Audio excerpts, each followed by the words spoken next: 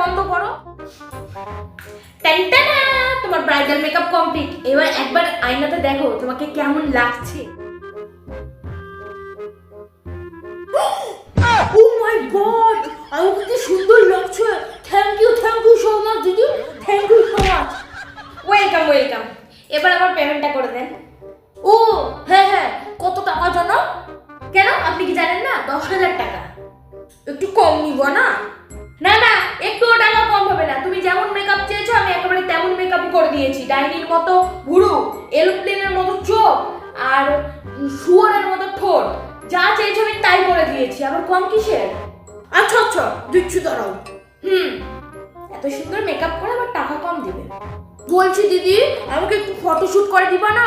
সাজার আগে আর সাজার পরে কেমন লাগছে আমাকে? ও হ্যাঁ, দাঁড়াও।